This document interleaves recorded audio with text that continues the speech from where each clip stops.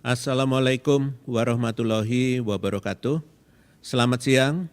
Pada hari ini saya akan menyampaikan update pengendalian COVID-19 di Indonesia. Pertama-tama saya akan menyampaikan situasi kasus COVID-19 di Indonesia. Berdasarkan data, pada umumnya Pulau Jawa memberikan kontribusi kasus COVID-19 nasional sekitar 60 sampai dengan 70%. Namun, persen kontribusi tersebut mulai terlihat mengalami penurunan sejak Mei 2021, yaitu sebanyak 11,06% dibandingkan Januari 2021. Sedangkan Pulau Sumatera yang umumnya memberikan kontribusi kurang dari 20% pada angka kasus nasional, mulai mengalami peningkatan signifikan dalam 1,5 bulan terakhir, dengan kenaikan 27,22% di bulan Mei 2021 dibandingkan bulan Januari 2021. Sehingga kita dapat memetik pelajaran bahwa COVID-19 bukanlah hanya soal permasalahan di Pulau Jawa saja, ternyata juga dapat terjadi kenaikan kasus di luar Pulau Jawa, bahkan di wilayah yang minim hiruk pikuknya. Ingat, jika tidak dilakukan antisipasi, maka COVID-19 akan masuk ke daerah asal Anda sekalipun sebelumnya belum pernah ada satupun kasus yang ditemukan. Dari data yang ditemukan bahwa 33 provinsi di Indonesia memiliki kabupaten kota yang berada di zona oranye dan 7 provinsi berada di zona merah. Mengingat akses antar kabupaten kota sangat mudah, walaupun ada perbedaan zonasi antar kabupaten kota, namun ini patut diwaspadai. Pemerintah di tingkat provinsi maupun kabupaten kota sudah sepatutnya memberikan informasi terupdate terkait zonasi risiko kepada masyarakatnya sehingga mereka dapat mengetahui kondisi di daerahnya. Dengan demikian, masyarakat diharapkan dapat mengambil keputusan yang bijak dengan berbasis informasi zona risiko ini, sehingga potensi penularan yang bersumber dari kegiatan masyarakat dapat ditekan. Informasi zonasi risiko ini dapat diakses melalui portal covid19.go.id. Bagi daerah yang berada di zona oranye dan merah, saya minta untuk terus meningkatkan kewaspadaannya. Pemerintah dan Satgas di daerah harus segera melakukan langkah-langkah penanganan sehingga penularan dan jumlah kasus yang muncul dapat terus ditekan dan mereka yang dirawat dapat segera sembuh. Dengan demikian, daerah-daerah ini dapat berpindah ke zonasi yang lebih rendah. Terkait penurunan jumlah kasus COVID-19 di Pulau Jawa, saya meminta kepada pimpinan daerah untuk mempertahankan dan tingkatkan capaian ini. Jangan sedikit pun terlena. Sedangkan untuk daerah di luar Pulau Jawa yang masih berkontribusi terhadap peningkatan kasus COVID-19, saya meminta agar tingkatkan kembali upaya pencegahan dan pengawasan terhadap protokol kesehatan di masyarakat sehingga kasus dapat terus ditekan. Berikutnya, saya akan sampaikan anjuran untuk berlebaran aman bagi masyarakat di daerah zona merah dan oranye. Untuk masyarakat yang berada di zona merah dan oranye, akan diberlakukan beberapa himbauan yang sifatnya cukup ketat, mengingat risiko penularan COVID-19 yang cukup tinggi di daerah yang masuk dalam zonasi ini. Saya mohon bantuan rekan-rekan wartawan untuk menyampaikan pesan ini agar masyarakat dapat berlebaran secara aman dan nyaman dalam masa pandemi ini. Pertama, terkait dengan sholat Id. Bagi masyarakat yang berada di dua zona tersebut, agar dapat memilih sholat Idul Fitri di rumah secara berjamaah, tujuannya tentunya agar dapat menghindari terciptanya kerumunan yang berpotensi menjadi area penularan COVID-19. Perlindungan kepada diri sendiri dan orang lain di masa pandemi ini merupakan salah satu bentuk ibadah juga bagi kita semua. Kedua, terkait dengan silaturahmi, Satgas minta agar masyarakat di kedua zona tersebut dapat mengurungkan niat untuk melakukan silaturahmi fisik. Manfaatkanlah teknologi yang ada untuk melakukan silaturahmi virtual bersama sanak saudara dan kerabat lainnya. Pemberian bingkisan pada saat Idul Fitri dalam bentuk apapun dapat dilakukan juga melalui metode pengiriman paket atau transfer. Terakhir, sejalan dengan kebijakan yang berlaku, maka akan ada pelarangan operasional untuk fasilitas umum di zona merah dan oranye. Satgas menghimbau kepada kepala daerah untuk mengkoordinasikan hal ini dengan fasilitas umum yang ada di daerahnya masing-masing. Meskipun fasilitas umum tutup, ada alternatif lain yang dapat dilakukan masyarakat selama masa liburan ini, seperti berbelanja online ataupun menghabiskan quality time bersama keluarga inti yang tinggal serumah.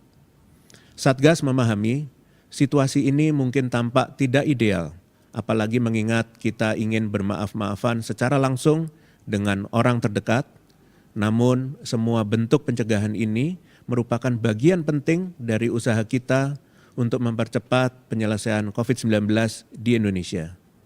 Ingatlah, COVID-19 tidak bisa berhenti penularannya tanpa kolaborasi antara pemerintah dan masyarakat. Maka dari itu, masyarakat diminta kepada pemerintah daerah juga, utamanya yang berada di kedua zonasi ini, untuk dapat menegakkan protokol kesehatan sebaik mungkin dengan bantuan pantauan dari rekan-rekan Satgas di daerah. Dalam situasi yang mungkin kurang ideal ini, Satgas juga berharap masing-masing kepala daerah dapat menjadi contoh yang baik bagi masyarakat di daerahnya. Jangan sampai ada kepala daerah yang malah menjadi batu sandungan karena melanggar protokol kesehatan. Satgas percaya apabila kita berhasil mencegah penularan luas dalam masa Idul Fitri ini, maka kesempatan kita untuk bertemu langsung dengan sanak saudara di Lebaran dan Idul Fitri tahun depan akan semakin terbuka lebar, dan harapannya di tahun depan kita dapat melakukan silaturahmi fisik seperti masa-masa sebelum pandemi. Selanjutnya, Satgas akan sampaikan anjuran berlebaran aman bagi masyarakat yang tinggal di daerah zona kuning dan hijau. Bagi masyarakat yang tinggal di daerah zona ini, sesuai dengan kebijakan yang berlaku, diizinkan untuk melaksanakan sholat berjamaah. Meski demikian, ada beberapa hal penting yang harus diperhatikan, yaitu sholat Id dihadiri tidak lebih dari 50% kapasitas tempat pelaksanaan sholat, agar tempat pelaksanaan sholat Id tersebut dilengkapi dengan alat pengecek suhu bagi jemaah sholat, dan jamaah dapat memakai masker sepanjang rangkaian sholat. Bagi masyarakat yang menderita demam atau menunjukkan gejala COVID-19, harap tidak ikut sholat berjamaah. Selain orang sakit, diharapkan lansia, orang yang baru sembuh atau datang dari perjalanan jauh, diharapkan tidak mengikuti sholat berjamaah juga. Beberapa langkah lain yang dapat diambil saat melakukan sholat Id untuk menghindari kontak langsung adalah melaksanakan wudhu dari rumah untuk menghindari antrian, mempersingkat durasi doa dan zikir setelah sholat, dan tetap melalui jalan yang sama untuk pulang seperti jalan pergi untuk mengurangi luas lingkar interaksi. Mempersingkat khutbah maksimal 20 menit dengan menggunakan pembatas transparan yang menghalangi khotib dan jemaah. Terakhir, setelah ibadah selesai, diharapkan jamaah untuk menghindari berjabat tangan dan bersentuhan fisik. Praktik tatap muka di daerah zona hijau dan kuning memang diizinkan, akan tetapi Satgas tetap meminta masyarakat untuk meminimalisir interaksi fisik dengan orang lain, baik dengan menghindari atau mengurangi. Silaturahmi fisik juga tetap dilarang di daerah dalam zonasi ini, maka dari itu disarankan untuk melakukan silaturahmi virtual melalui video call atau conference. Ingatlah, silaturahmi fisik sangat berpotensi menjadi awal penularan COVID-19 mengingat kontak fisik yang seringkali tidak dapat dihindari dengan sanak saudara. Untuk fasilitas umum di zona kuning dan hijau tetap diperbolehkan untuk dibuka. Meski demikian, Satgas meminta penyelenggara fasilitas umum untuk sangat memperhatikan kapasitas dan jam operasional yang berlaku. Harus ada pembatasan jumlah pengunjung dan penerapan protokol kesehatan yang sangat ketat. Jangan sampai kelalaian penyelenggara menyebabkan terjadinya penularan COVID-19 dalam jumlah yang masif. Satgas di daerah juga posko-posko yang ada diharapkan dapat berpartisipasi dalam mengawasi kedisiplinan masyarakat selama masa-masa liburan ini. Satgas menyadari bahwa kebijakan yang diberlakukan bagi daerah zona kuning dan hijau terlihat sedikit lebih ringan. Akan tetapi, pada prinsipnya, silaturahmi fisik pada zona ini tetap dilarang. Bagi kepala daerah, Satgas tetap himbau untuk bertanggung jawab mengawasi perayaan Idul Fitri di daerahnya masing-masing. Jangan sampai terlena dengan status zonasi yang ada saat ini. Ingatlah, apabila kita abai, maka daerah dalam zona kuning dan hijau tetap berpotensi berubah menjadi zona oranye dan merah. Jangan sampai ini terjadi.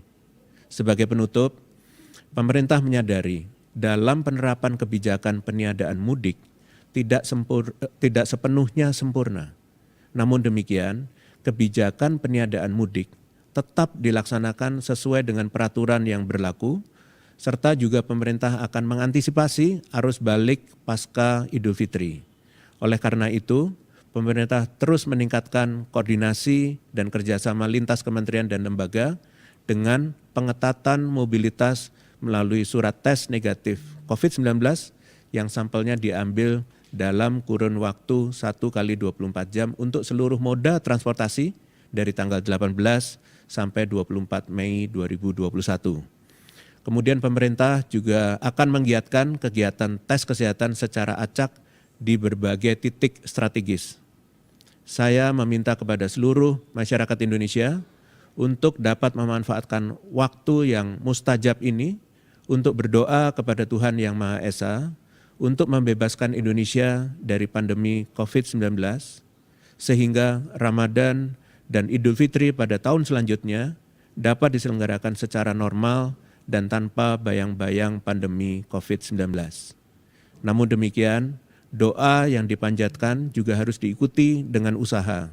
Untuk itu, saya mohon kepada masyarakat dan pemerintah serta Satgas di daerah untuk dapat mengikuti dan mengawasi seluruh penerapan panduan ibadah selama Hari Raya Idul Fitri dengan sebaik-baiknya sehingga kita semua dapat mencegah terjadinya penularan COVID-19 di hari yang fitri ini.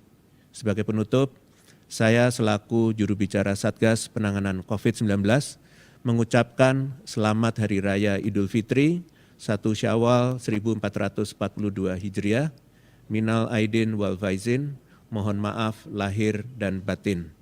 Semoga seluruh ibadah kita di bulan Ramadan ini diterima oleh Allah Subhanahu wa Ta'ala dan kita terlahir kembali dalam keadaan yang suci.